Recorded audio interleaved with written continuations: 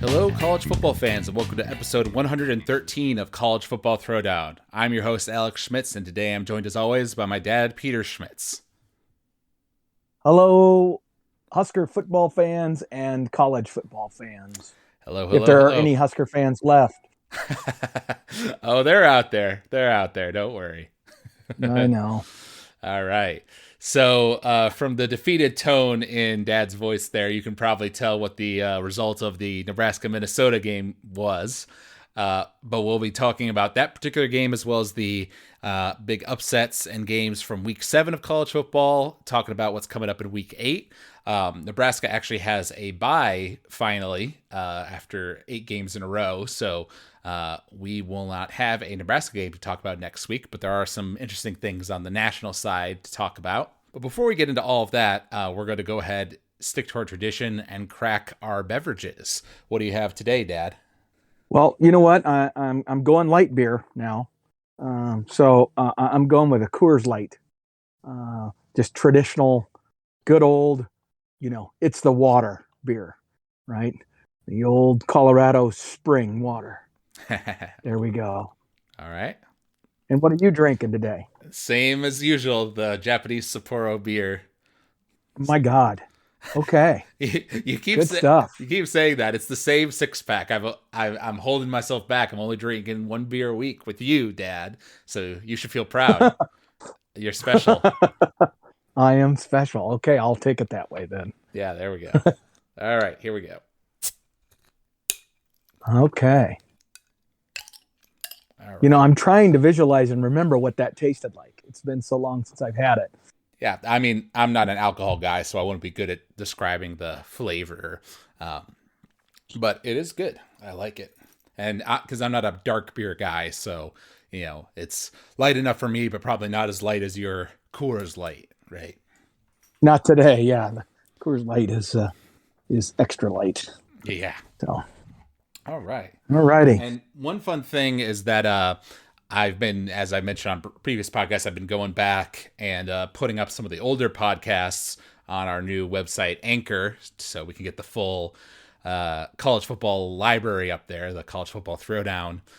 And there were 2 things I had forgotten. One was that we actually skipped an entire season of football. You might remember that after the 2015 season, we skipped basically the 2016 season and just talked about the national championship game where Clemson beat Alabama that year. Yes. I think we were both just kind of busier that year, procrastinated a bit. Gosh, I don't remember that.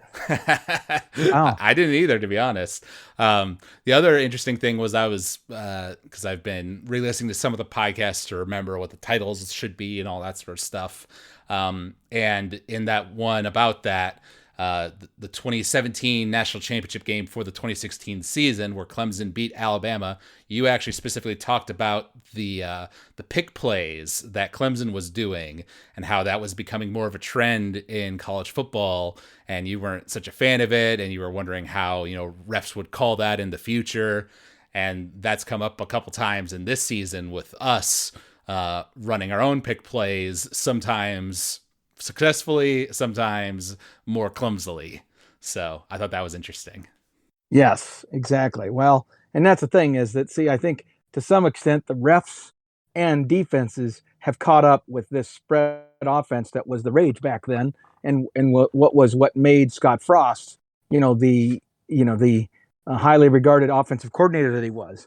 And I think one of our challenges with him is his commitment to his scheme exceeds that of his desire to win, which I can get into a little later, but I'm now convinced that that's one of his critical issues that he needs to address if he's going to remain employed as the head football coach at Nebraska. Uh-huh. Well, speaking about that Minnesota game, we gave our predictions as usual on last week's podcast. We were both going in with we knew that Nebraska kind of had to win this game for our hopes of still getting to 6 wins and going bowling. So I predicted that we would win 35-17, and you predicted a closer score of 35-28. And I guess you were closer in terms of the point spread, but the winning team ended up being the opposite because Minnesota won 30-23 over Nebraska. Yeah, and let's not forget the first and goal from the 3-yard line that we were unable to convert. I mean, well, it wasn't quite that. It was first and goal at we had two chances inside the 3. Right. Yes, that is true. Because I remember the first down play was like a solid play that got us from the 8 to the 3 or the 2. So that's like a solid, right.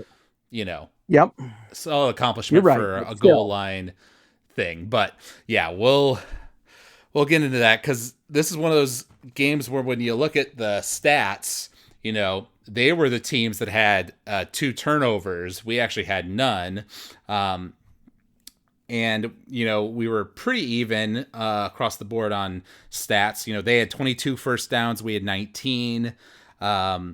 We had 241 passing yards. They had 214. We were 136 on rushing. They were 182. Both teams had 3 penalties for 25 yards, so not a particularly penalized game. Similar number of sacks, 2-1.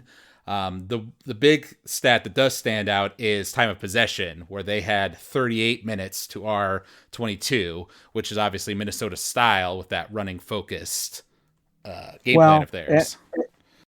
And it's what you do when you're trying to neutralize a team that has superior talent to you. You're trying to possess the ball and keep the ball away from their talent. And classic PJ Fleck style, he did a great job of preparing his team to play a high school game and beating Scott Frost for the 3rd time with that style. Mm-hmm. Very true. Well, because we knew this was a dangerous game that we had to be paying attention to because Minnesota had a bye week coming into this game. It's at home. Right. Meanwhile, we were just coming off of a difficult loss and having no bye weeks. This was our 8th game in a row. And we talked about that on the previous podcast as a worry point. But I was hopeful that. But here's the thing: as a coach, you knew that, I knew that. Are you telling me you don't think Scott Frost knew that? And if he knows that his team has a high risk of being flat, what do you do during the week of preparation to make sure that doesn't happen? You emphasize the shit out of that, right? And you demand it. If you're not seeing it from your team, then on the first practice of the week after the Michigan game, if you're not seeing that fire and that flame, man, you stoke that flame. And you make life miserable for that team if they're going to lay down, okay? You demand that they don't do that, right? And you get them fired back up. That's what you do as a head coach. That's what you're paid $5 million to do. Mm-hmm. So, this, it was the 8th game in a row, we were flat, is bullshit and is representative of not being a good coach, okay? You might be great X's and O's. You might be a great offensive coordinator. He might go on after he gets fired from Nebraska and end up landing as an offensive coordinator somewhere and reemerge as a great coach, but probably as an offensive coordinator, because he clearly does not understand how to manage a team and get them ready to play football every week. Okay, you can't use the rah cheer thing every week, and you have to be stable. And he's good at being stable, but then you have to recognize when the week requires you to rise up and demand it of your team when the leaders aren't doing it. Okay, or you yell at your leaders and tell them they better get their shit together. But we didn't do any of that. And then the coaches and the players both admit after the game, yeah, we didn't have any energy before the game.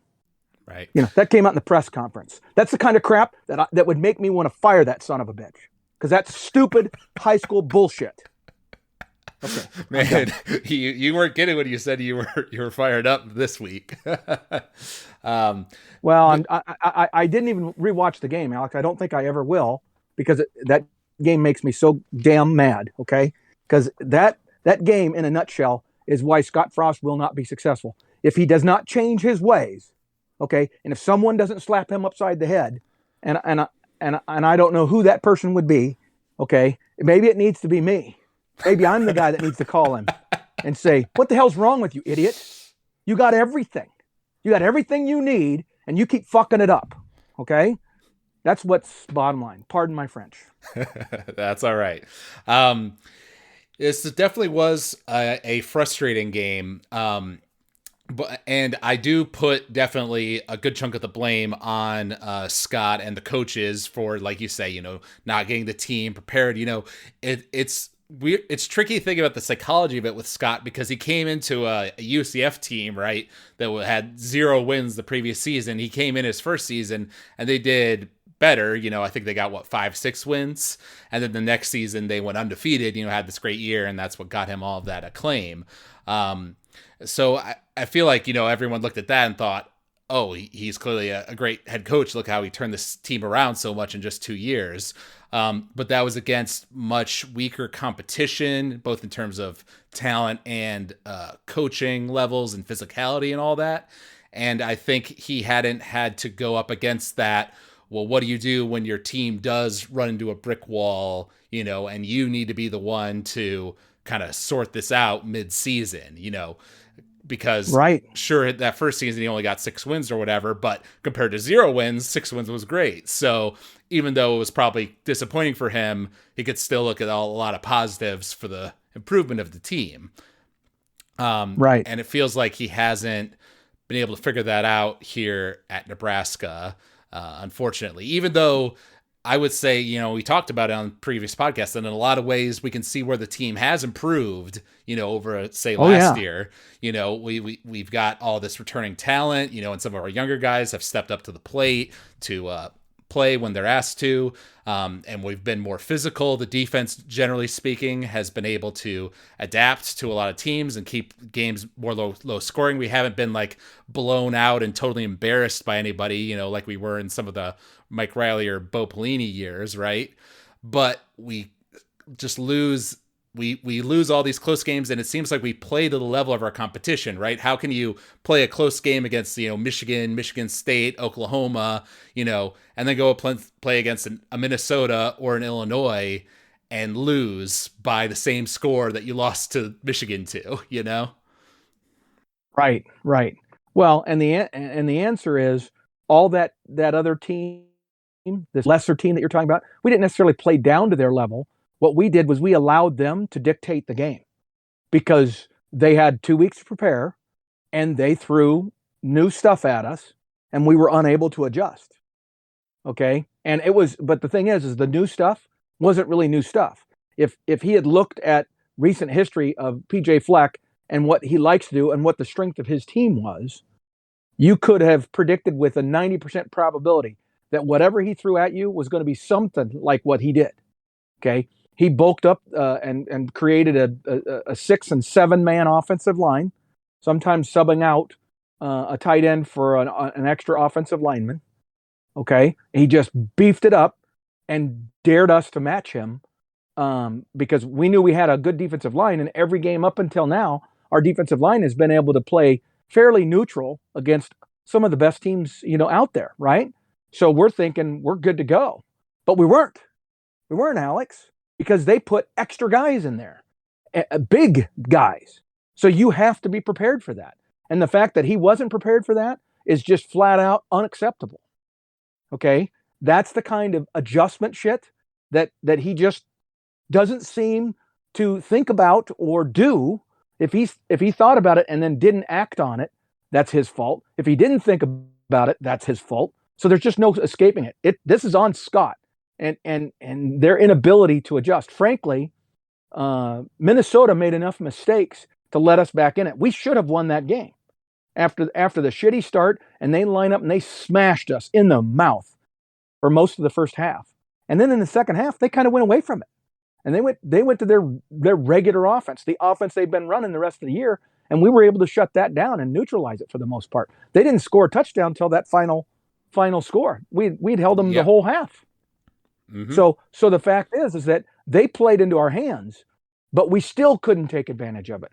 Okay, we still couldn't do it, because then when we did get presented an opportunity, even after the ill-prepared way that we obviously went through the week of practice, we still had enough talent that we damn near pulled it off. Okay, but again, because we have a quarterback who there's a gene a competitive athlete has, and certain athletes have this gene that allows them to rise to the occasion. We've talked about this before with Adrian. And then there's others that find a way to fail, to make the wrong decision time and time again, and they're just not champions. They're great athletes. They're just not champions. And and uh, Adrian Martinez is a guy who's a great athlete. He's an incredible talent, but he's not a winner. He's not a champion. And after all of the data that we now have, it's pretty clear he's not going to be. So I'm now convinced that it might be in his best interest to let the second team guy try for a little while and see if he makes faster decisions. Because remember, Adrian started playing better after he was benched last year for McCaffrey, and then when McCaffrey wasn't able to do it, we put Adrian back in. Adrian played with a little bit more headiness and a little bit more intelligence. Maybe we need to do this again. Maybe we need to let Smothers start next game and let Adrian stand on the sidelines and watch and realize that, Adrian, the results, it doesn't matter that your stats are good. The results are unacceptable, and we got to see if what we got going down the road here for future years, because you aren't the answer. Well, because you aren't making the right decisions at the absolute most critical time. You're the one that's sitting in there and standing in that damn pocket for too long. Quick thinker, quick twitch, quick thinker. Right. Nope, he ain't that. Right. I have a couple thoughts based on what you were saying, and one of them was actually an interesting comparison I've listen to some of these boxing podcasts talking about. I don't know if you ended up watching that Wilder Fury fight that I sent to you. But what's funny was that there was a different heavyweight fight just a couple weeks before with Anthony Joshua versus Alexander Usyk. And Joshua was the belt holder, this huge physical specimen, very handsome. So, he's very popular. He's from Britain, so they love him over there. And then Usyk's like this Russian guy who was like a cruiserweight and moved his way up to heavyweight, so he's smaller guy, but very technical boxer, very fast and all that sorts of stuff. And I watched that match the two had, and what a lot of people were saying was it felt like, even though Joshua was the bigger guy, the more athletic guy, he didn't have that heart. He got tagged with some sharp jabs by Usyk right away, and it seemed to kind of surprise him and wake him up.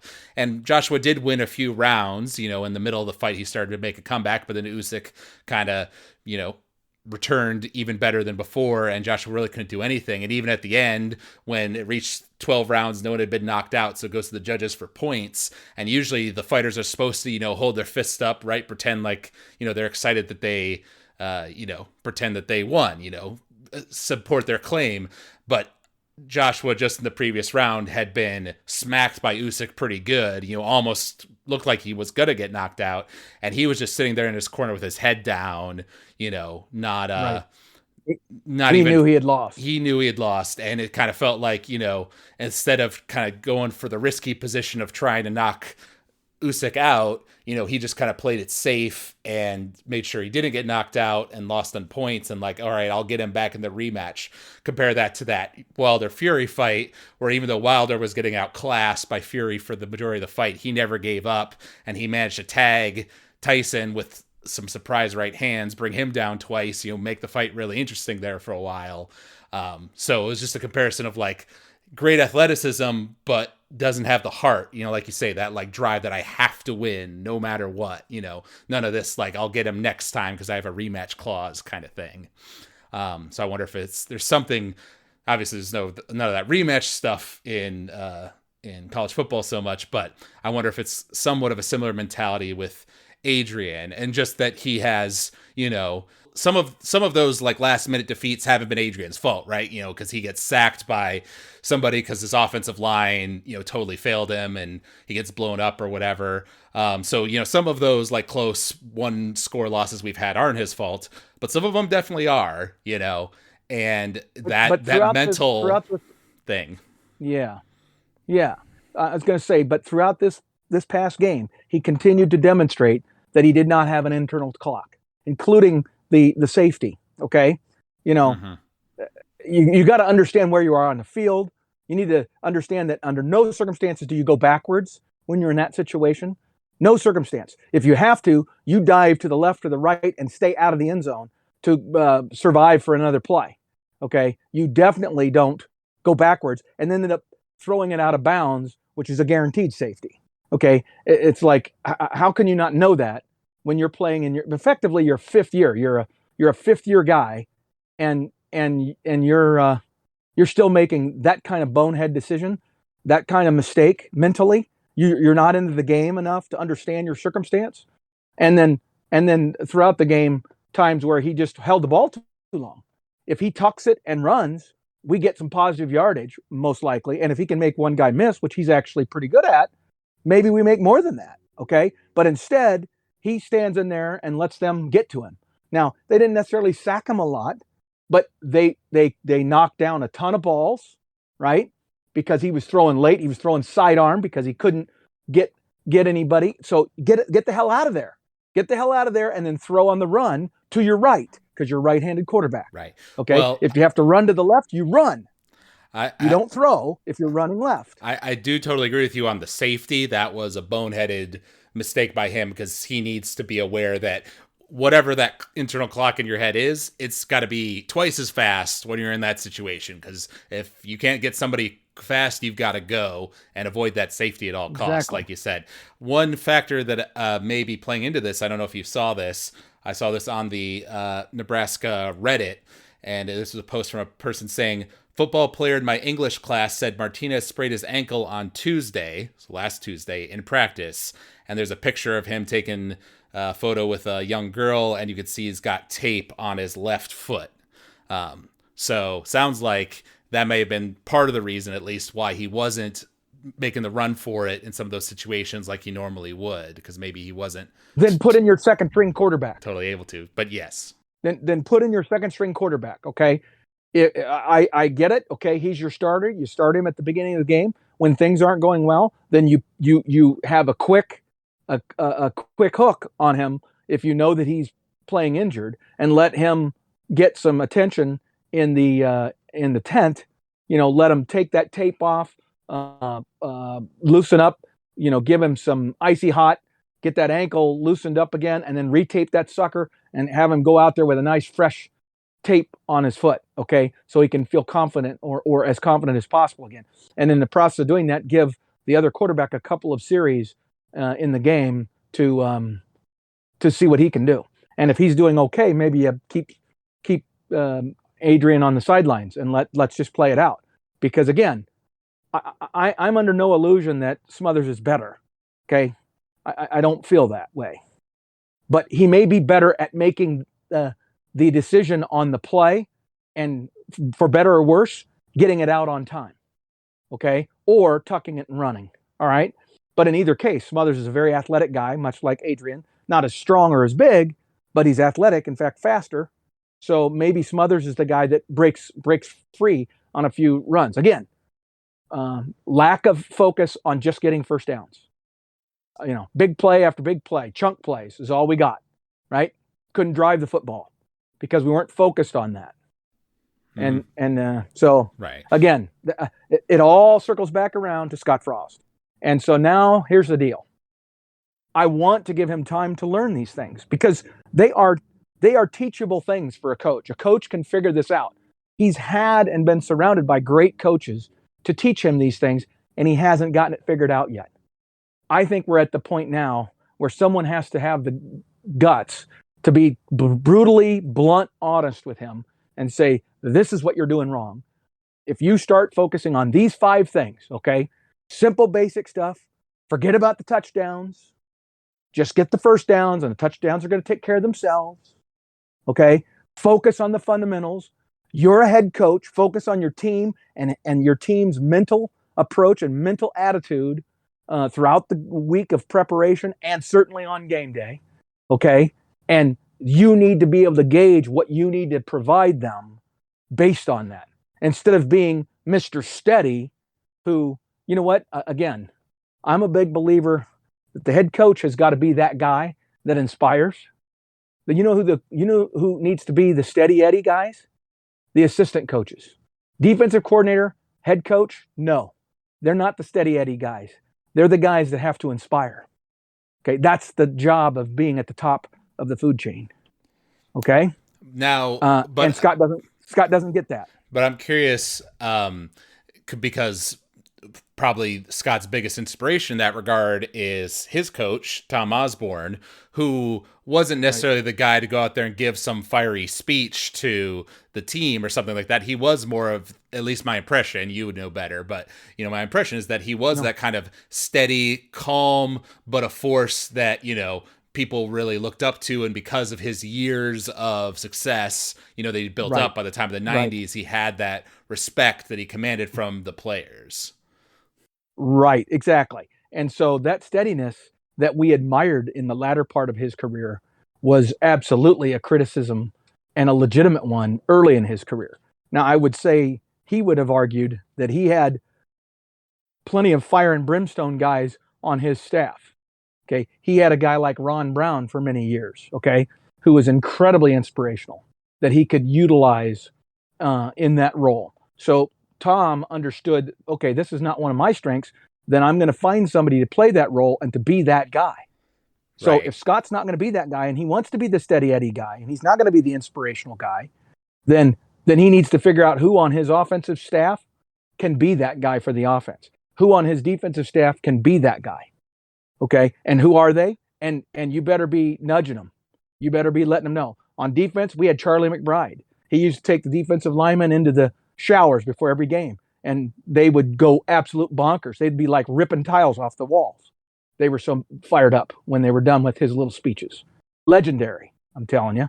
So Tom had the guys that could do that stuff. It just wasn't him. So you are correct. It doesn't have to be the head coach. The head coach is responsible for it. He can't rely on somebody else unless he specifically has assigned them that duty. Mm-hmm. Okay, and we don't have that guy. Right. I don't know of any dynamic guy on our offensive staff. I don't know of one of them. All nice men, I understand, from what I gather. But who's the inspirational guy? It's not the offensive line coach. It's not the tight ends coach. Okay, not the running backs coach. So who is that guy? Mm-hmm. Well, it has to be Scott. Well, if you don't have the guy, you got to do it as the head coach. Right. Yep. Step out of your comfort zone there a bit.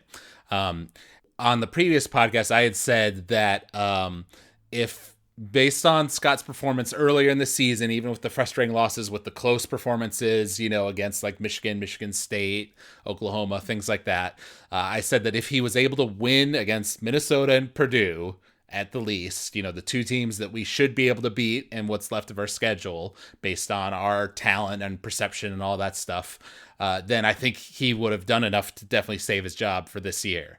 But now we're in a situation where he's lost that Minnesota game. We have this bye week, which is very much needed to kind of let our team recover here a bit.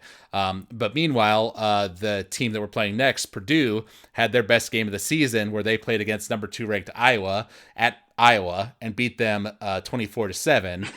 And they're playing against Wisconsin this upcoming week while we have our bye. So now we're looking at a Purdue team that we're maybe looking at as a tougher opponent than we were the week before, plus Wisconsin, Ohio State, and Iowa left on our schedule. So it's quite reasonable that we end the season with 3 wins and we don't win any more games from here on out. And in that scenario, I think Scott is probably gone. Well, I would tend to agree with you that if he doesn't win against Purdue, then he's probably going to be gone, unless he magically pulled rabbit out of the hat and beat Ohio State, Iowa, and Wisconsin, which clearly is not going to happen. So, yeah, I would agree with you. I think there's going to be an assessment, and they're going to say, listen, you know what? You brought in some talented guys. The quality of the player is not the issue. Talent really this year was not the issue. The issue was his coaching staff's ability to prepare their team to compete on Saturday and be effective and play at the level that they should be able to play at. And so I think if Scott stays, he will stay with a lot of stipulations about staff changes that will be required, and expectations about what next year looks like. Okay, that's the one scenario I can see where athletic director Trev Albers, will give him another year. But I could also very easily see Trev making the decision to go ahead and say, nope, we gotta make a change here. The problem now is you got the USC job open and now the LSU job open. So the two premier coaches that might find themselves available in this off-season coaching carousel are already going to be consumed by those two jobs, because there's no way in hell that we're going to be able to compete and beat out LSU or USC for any of those coaches. That's true. That's true. So I think that would be the other reason why we give Scott one more year. Well, I don't think that's the best reasoning, because nobody knows what the future is going to bring. And there's always going to be, I would say, at least one team that will probably be more prestigious than us that has a coaching spot available. Now, right. Two of that level, you're right, is maybe a little more unusual and will make this a little harder. The other thing I was reading was that I believe the buyout for Scott's contract at this point is like $20 million, which with an athletic program that's been hit by COVID, just like every program has across the country, that's looking a little more pricey perhaps than you would want. Absolutely. But you can't look at it. You can't look at it from a fiscal standpoint when you're talking about the golden goose, right? That golden goose is the one that generates most of that revenue, right? Mm-hmm. And you can't afford to have those walls tumble and crumble more by giving Scott too much time, right? Just because you're trying to lower that out. Frankly, I'm hoping that Scott will do, if he ends up 3-9? 3-9. If he ends up 3-9, Scott will step forward himself and resign. He won't have to be fired. That's what I'm hopeful is going to happen. And he's going to negotiate a diminished compensation, acknowledging that he did not hold up his end of the bargain, and basically give Trev Albers the out. Mm-hmm. That's the right thing. That's what Orgeron did. Right. I mean, I don't want to compare the LSU job to the Nebraska job, because that's no longer a good comparison. Okay, LSU job is way better job than the Nebraska job because of the access to athletes, because of the fact that they won a national title just 2 years ago. I mean, they're a team that, is on a different level than we have been for the last decade and a half. Okay, so let's acknowledge that up front. But still, that guy, he just beat Florida. Okay, he's 3-4, and he's 2 years removed from a national title, and he's effectively waving the white flag and agreeing to terms to leave the program at the end of the year because people are unhappy with him. Mm-hmm. Okay? Well, Scott needs to do that. Right. Now, my understanding of the Ed Orgeron situation isn't fully clear, but like you say, that he reached some sort of settlement with LSU that he's going to leave at the end of this season. And there seems to be a combo of people upset with his on the field performance, but also off the field stuff, because apparently he cheated on his wife, got divorced, and then there's been these all these girlfriends that have been taken up. Sounds like some of the rumors around Scott. Well, I know seriously, there's those rumors around Scott too. Well, right, but I know before the season started, when we talked briefly about that, you said that there's a lot of these crazy rumors flying around. You didn't seem to give them much credence. Right. And I agree with that. They're mostly crazy rumors, but they might be in the case of Orgeron as well. That's my point. Well, and the fact is that if he had any kind of major NCAA violations or any illegal activities, then the school would not have felt compelled to agree to pay him his full settlement. But they're paying him $17 million. And oh, by the way, one little more caveat in this comparison with LSU.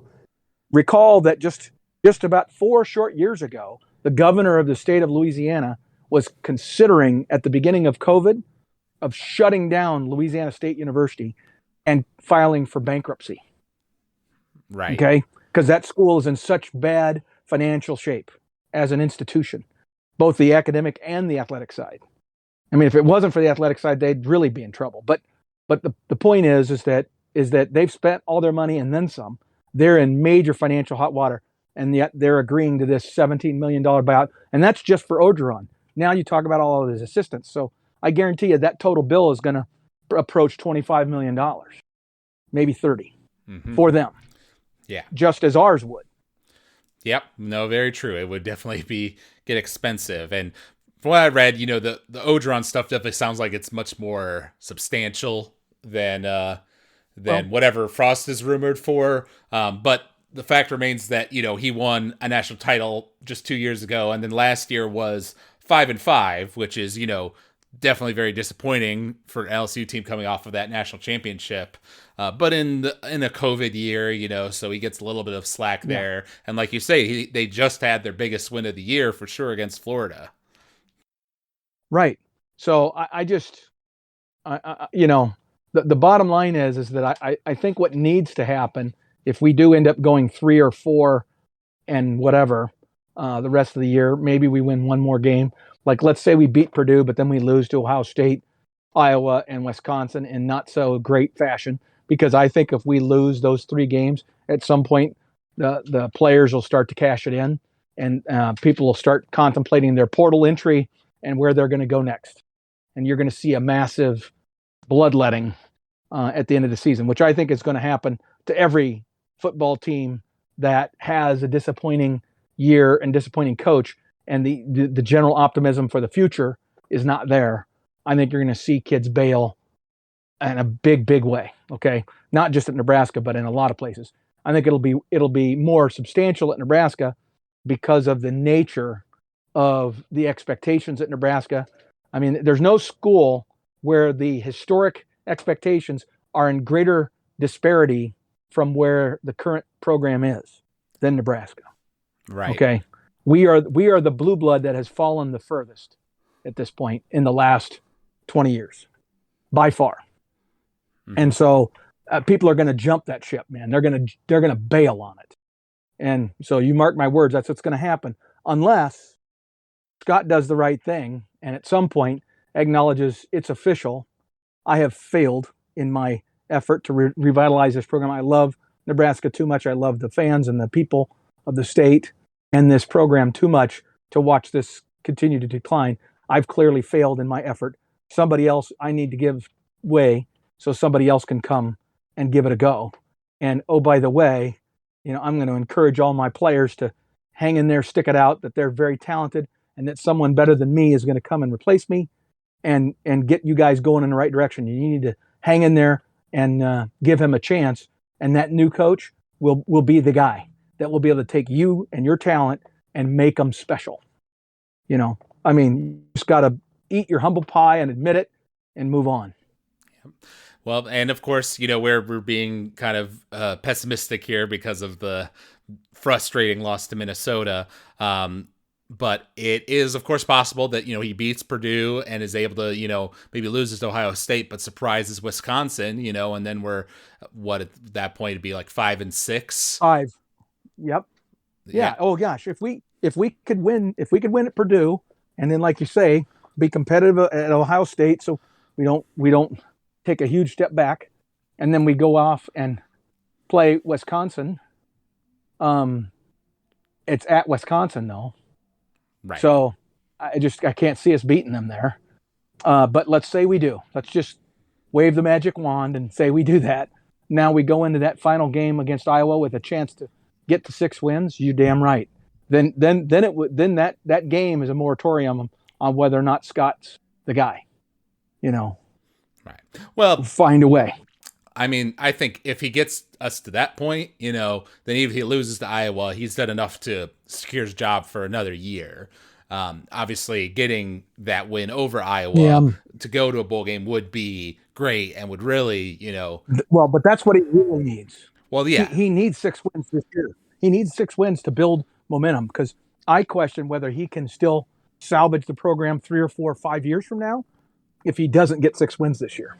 Right. See, my point is that 6 wins was the low bar. We had to get 6 wins this year, and frankly, should have. Yeah. We should already be sitting on 5. You can't the Minnesota is a loss. Ironically, the two worst teams we played, Illinois and Minnesota, both are the defeats that are true defeats. And the Michigan loss, the Michigan State loss, and the Oklahoma losses are losses that we should have won. Mm-hmm. Where I feel like we should have won. Right. Well, but now how we played the game. Now we've given Scott and the coaches, some grief here for like their game plan and not being unable to adapt, et cetera, et cetera. But to their credit, in the second half, after being down, what were we, 21-9 at halftime. Like you say, Minnesota kind of adjusted their offense in some ways that kind of played into our hands, but also, the defense was definitely making some more plays, getting those very important interceptions that we needed, as well as just slowing them down. Like you say, they didn't score any touchdowns until the breakaway touchdown right at the end of the game. And then as well, our offense found ways to get working. Austin Allen had 127 or 121 yards across the whole game.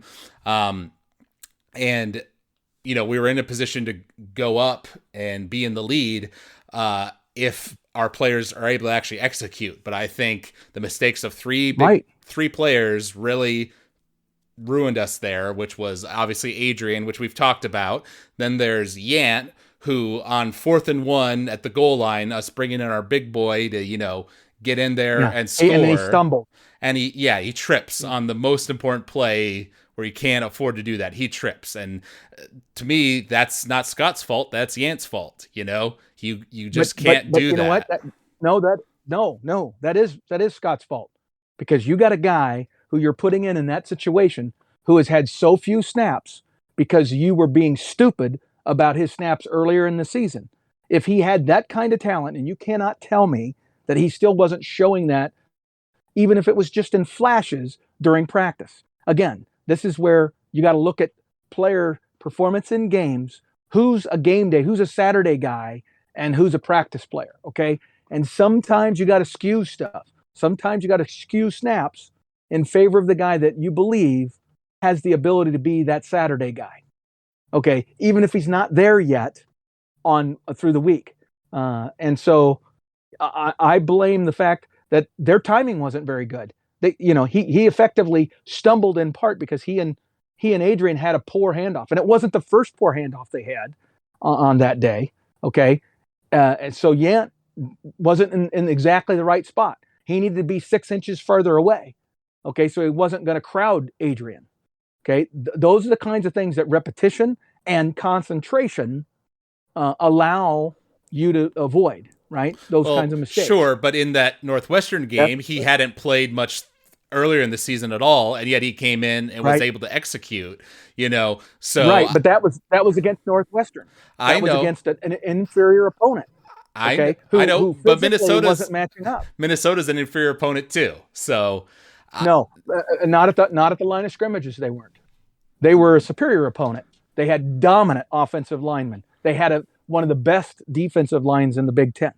Okay, what they were inferior at is why we weren't getting to our big time wide receivers more. Why we weren't willing to. I mean, our big player was our tight end. We never hardly got the ball until midway through the third quarter to Omar Manning or Betts. Okay, we didn't even get them involved. Okay, we were unable to get them involved. Why? With all the superior talent that we have at the skill positions. And defensively, they had one advantage over us.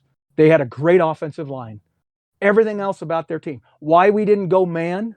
We played zone in that game, and yes, it ended up leading to getting 2 interceptions in the second half. But we gave up so much in exchange for that zone. I mean, we needed to go man up and dare them to throw the football, okay, and come at them and attack. Okay, we didn't do that. Especially, so, I don't know. Okay, since their QB showed that he couldn't really throw the deep ball, he underthrew the couple deep balls he did throw. But you are correct; they were 21 of 25 on passing in that game, with two of those incompletes being the interceptions. So really, there Right. was just two incomplete passes amongst those 25, which is, like you say, pretty Right. frustrating. But getting back to my Well, point, right. I understand everything you're saying makes sense. But at the end of the day, for me, it still comes down to there's got to be some responsibility on the players in that moment when you know that how important this is, that we Yep. got to get this 4th and 1 to score 7 points to go up in the lead. You can't make that mistake in that moment. And similarly, then we have Connor Culp, our field goal kicker, who made a 50-yard field goal in this game, yet somehow Right. misses an extra point and then misses a 27-yard field goal that's right in the middle, that he Right. easily should have had. Now, apparently he does have a hip injury, so I understand that plays into it a little bit, but it seems like more of it is mental with him, and Scott said as much in some of his interviews, I know. So, Absolutely. but once again, Scott, after we didn't get that touchdown, we were still, our defense got a great stop. We got the ball with good field position. We were in position for a field goal to decrease their lead significantly. And then our guy Yep. just misses an easy field goal. And, that's, I Right. mean, it's Scott's fault in the broader sense of like not getting a special teams guy and not having a backup to help out Culp or whatever. Yes. But at the end of the Yep. day, that's that player's fault. He's a head case, So there's got to Yep. be some. But we're in year 4. I But know, we're in year 4. but there's got to Those be individual player some issues. player responsibility, because if those players Yeah. executed just on those couple plays, we probably win the game. That's how important So those mistakes were. here's the reality. But here's the reality. The reality is you have a player like Culp, you should have in year 4 a backup kicker that's good enough, okay, to get you through. If you've got a guy that's got the yips, send him packing to the sidelines and say, hey, you're done until this other guy proves he can't do it, okay? But we're going to put him in and you're done, okay? You need to have enough depth that you can do that. Same thing with Adrian. There are times when Adrian should have been replaced by a second string quarterback so that he could think about that, okay? So that's the problem when you don't have that kind of depth after 4 years of your own recruiting. Mm-hmm. So I still blame it on Scott. I mean, I agree with you. You got to, but again, it's on the coaches to hold the players accountable, and you do that through how you prepare them mentally and how you create the expectation of what they are required to do through practice and game day preparations. And in my opinion, Scott Frost has failed completely in preparing his team. I will not be shocked if we get our ass kicked by Purdue. Yeah. So well, that's a good go on record transition right now. That's a good transition Yes, off the Nebraska sorry. game into the Week 7 games of college football, because the biggest surprise was definitely Purdue upsetting number 2 Iowa after they just got off their toughest game of the season against Penn State.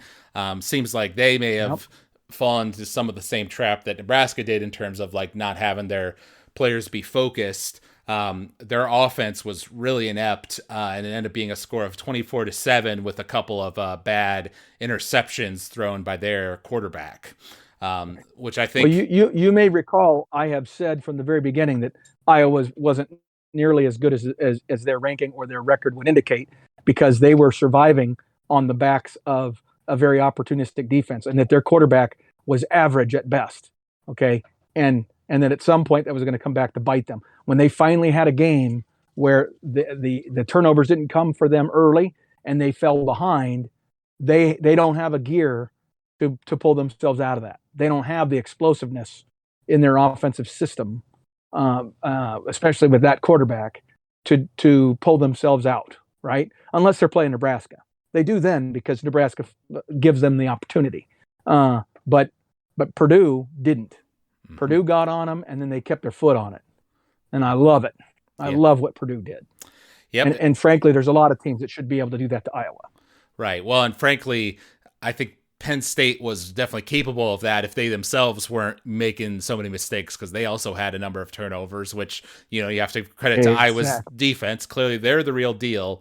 But Purdue also found a way, to score on that team. Getting 24 points on that kind of defense is a pretty good result, I'd say. And of course, it's just our luck, right? That that the team we're playing next seems to be playing their best right before they play us, pretty much. I know that's classic for us over the last 2 decades. It's been that way. And I'm just tired of it. And we mentioned earlier the LSU Florida game, which was I watched the highlights of that, and that was another one where it was pick central. The Florida quarterback threw 4 picks, 3 of which led to touchdowns, and one of which was right at the end of the game on like their last drive to maybe tie it. He threw a pick, and the game was over. And LSU has a guy named David Price, running back, who had an amazing day. He was just plowing through Florida, it seemed like. But the fact that Florida was able to fight back and make it 42-49, I think goes to show that if, they had been more disciplined with their offense, then they very well may have won that game. But it was a good back and forth score fest and an impressive win for LSU on the eve of Ed Orgeron leaving. Yes, I totally agree. And yes, it'll be interesting to see how Purdue responds to that game. Do they build on that, or do they come falling back to earth a little bit when Wisconsin takes them to the woodshed? We'll see what happens this week in the Purdue versus Wisconsin game. That will be the game that I am most interested in this weekend, obviously. Yes, we're definitely biased in our viewing opinions there, but I am definitely interested in that game as well, because that win over Iowa was at Iowa as well, which makes it extra impressive. And this Wisconsin game is at Purdue, so they do have that going for them. The other game, one of the other games, was Georgia versus Kentucky, which we actually gave scores for in our previous podcast. I predicted that Georgia would win 38-7. You predicted that they would win 42-21, and it ended up being 30-13.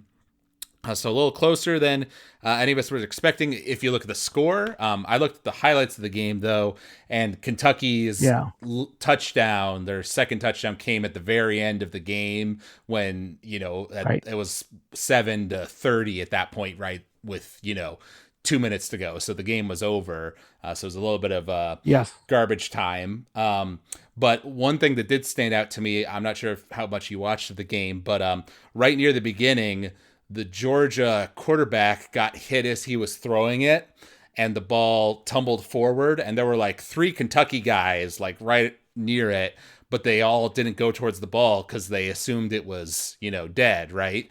That he had passed it forward or whatever, but the ref didn't whistle anything. And so then they started going for it, but by that time a Georgia guy had dove in there and actually got the ball. And turns out when they looked at the replay, his hand wasn't really going forward when the quarterback got hit and let go of the ball. So they called it a fumble, recovered by Georgia. But I think that right there is going to be a textbook clip that coaches will show to every player, in preseason or whatever, to say, this is why you go for the ball no matter what on every play, because Kentucky easily would have gotten a turnover there if their players just reacted, and they didn't. Absolutely right, Alex. Yeah. You're exactly right. You're exactly right. Yeah. But yeah, that was you sound like a coach. You sound like a coach there, son. Maybe I should be the assistant under Scott Frost. That's right. There you go. Well, I sure as hell could be. Yeah, you'd be the passion guy. Scott could be the even keel guy with you around. Exactly. But so that was early on in the game too. I think Georgia's first drive, so that would have been a real momentum swinger, but didn't go that way. And Georgia kind of scored early on. So it was kind of Kentucky was playing up from behind pretty much the whole game, and Georgia's defense looked very impressive as you'd expect. On special teams as well, they blocked an extra point and a field goal that Kentucky went for. Georgia continuing to look like the number 1 team in the nation. So their eventual game against Alabama is going to be a very interesting one, I think. Epic. Yes, absolutely. And that's, I've been slow to embrace this, but I really do just need to stop being so passionate about Nebraska's result and get back to just enjoying college football for college football and the other teams and other games. But, it was way easier to enjoy the other teams when your team was good, Right. and you finished most Saturdays with the pleasant feeling of a victory. When you're dealing with what we deal with now, it's a little harder. You don't say.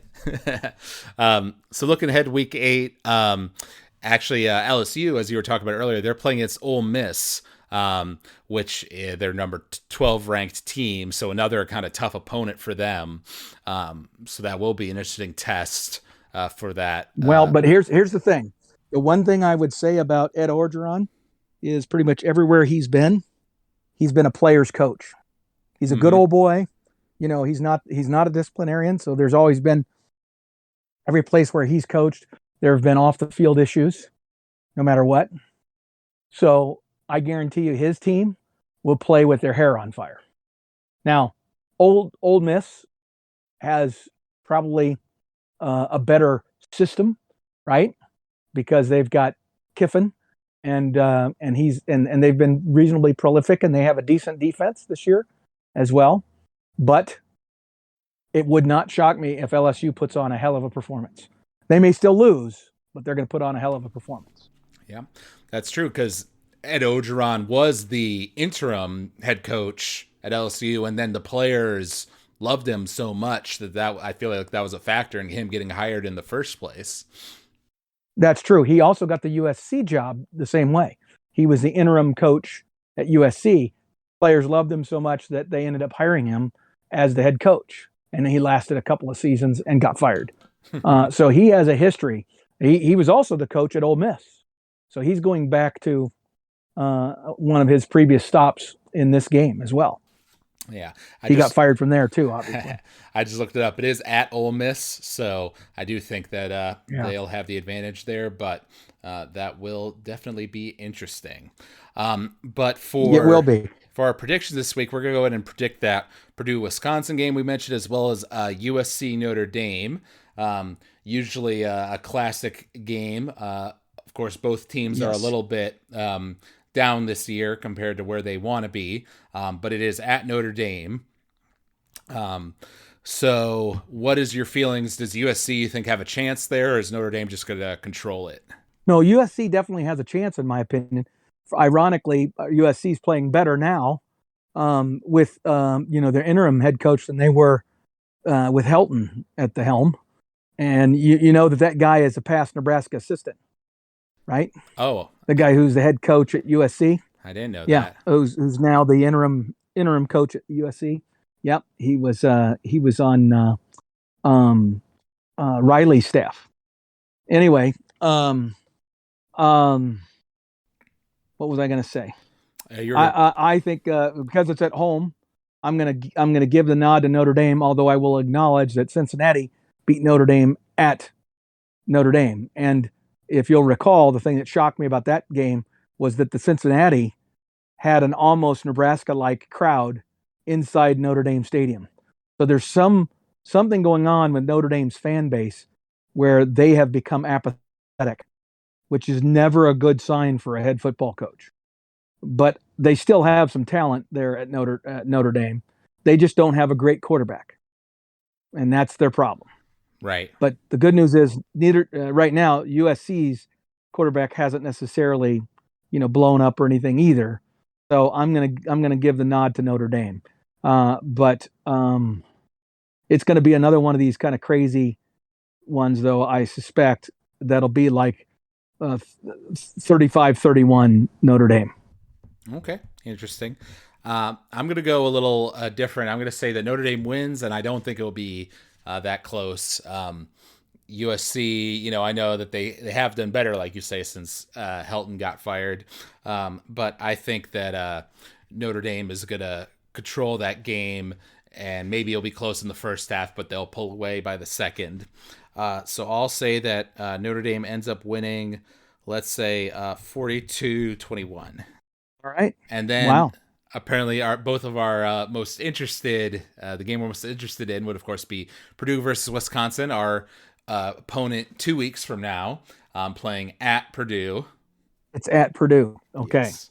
Wow. Well, so that's a good thing for Purdue because now they get to come home to a hero's welcome, right? The energy in that stadium is going to be off the charts. True. Since they just beat the number 2 team in the country, and all of a sudden people are back on board. So that stadium is going to be absolutely rocking. To be frank, Wisconsin isn't too dissimilar from Iowa in that they have a great defense and an offense that struggled this year. So if Purdue's defense is able to take advantage of that offensive weakness the same way they did against Iowa, I could see a similar result happening. Yes, but the thing is that Purdue had a career day benefit from a wide receiver that just was unstoppable against Iowa, right? Ended up with like 255 yards or something like that, receptions yards, which is highly unusual. I think he had like 14 pass completions. So I don't think you're going to get that again. Certainly not against Wisconsin's defense. So I think Wisconsin's defense is opportunistic and ends up winning the football game. It's going to be close. And Purdue will get some points, but it's going to be more like 28-24 Wisconsin. Okay. Cool. I think I'll go different here to keep it spicy in our predictions. And I'm going to say that it'll be closer than that Iowa game was, but I think Purdue may employ similar tactics, and obviously Wisconsin will be looking at that Purdue-Iowa game film closely.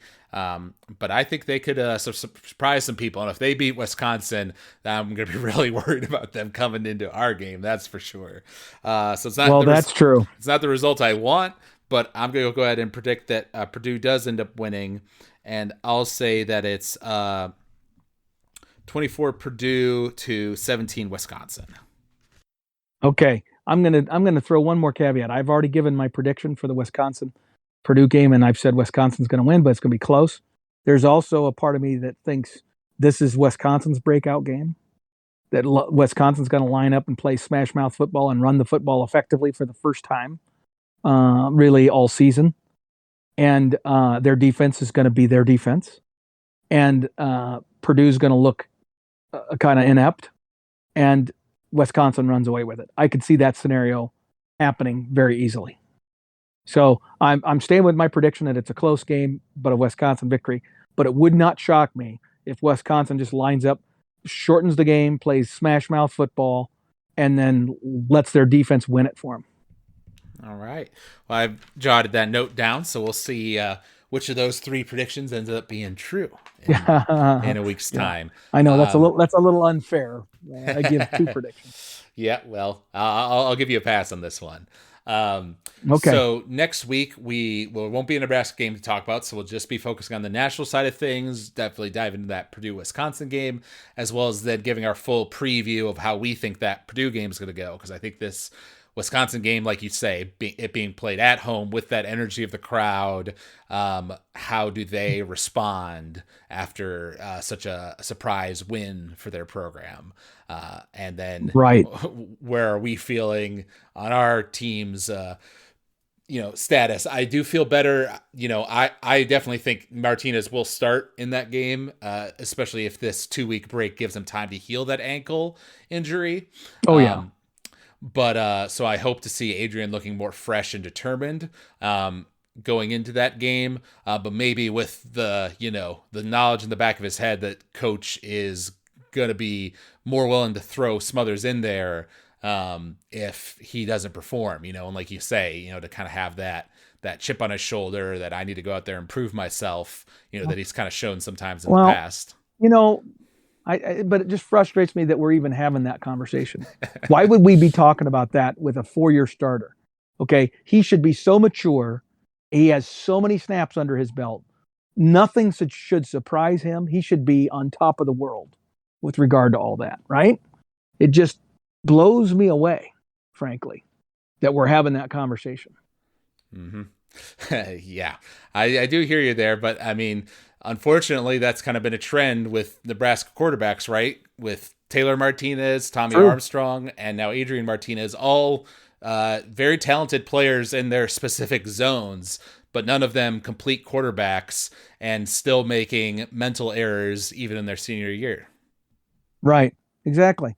exactly. And because each of them was effectively 4-year starters, we're now on year 12 of this situation, where we've not had a quarterback who's been able to rise above that and get to the point.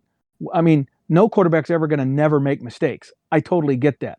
But when you consistently make the mistakes that Adrian's making, that are, in my opinion, high school mistakes, mistakes that a seasoned quarterback should never make. Okay, it should be beyond them. Is the part that just drives me nuts. And here's the other thing: is FYI, because of the number of practices we use during our week 0 preparation, we are limited on the number of practice days we can have on our bye weeks. And so I think we're only practicing 2 days this week, if that. And one of those probably was just a stretch and run through and review of the tape of last week's game. So the players are going to get pretty much a full week of rest. They'll probably go in and lift and stuff, but they won't have practice. And the coaches were going to be out recruiting. And imagine how much better things would have been right now if they were out recruiting and their message was, listen, we've only lost to Oklahoma, Michigan State, and Michigan, 3 top 10, top 15 teams. We're so close. But now they have to contend with the bookends of the Illinois game and the Minnesota game that totally takes that message off the table for them. So it dramatically reduces Scott's ability to recruit. Yep. For the future. That's true. I mean, at some point you got to win, or no one believes you. Right. And Scott hasn't done that. And again, I am now in 100% in the camp that it's on Scott. Yes, the players have failed, but this is on Scott. And so it's going to be interesting to see how this all plays out. Yes, definitely is going to be interesting. That is for sure. So if you out there enjoyed listening to this podcast, you can reach out to us at huskerpete13@gmail.com. We always love hearing from the fans, answering any questions out on the air, things like that. You can also find us if you search for College Football Throwdown on Apple Podcasts or Spotify. You can leave us a rating or review there. We always love hearing from the fans. Let us know what you think we can improve in the future. So thank you all out there for listening, and thank you, Dad, for joining me. And until next week, go Big Red. Go Big Red.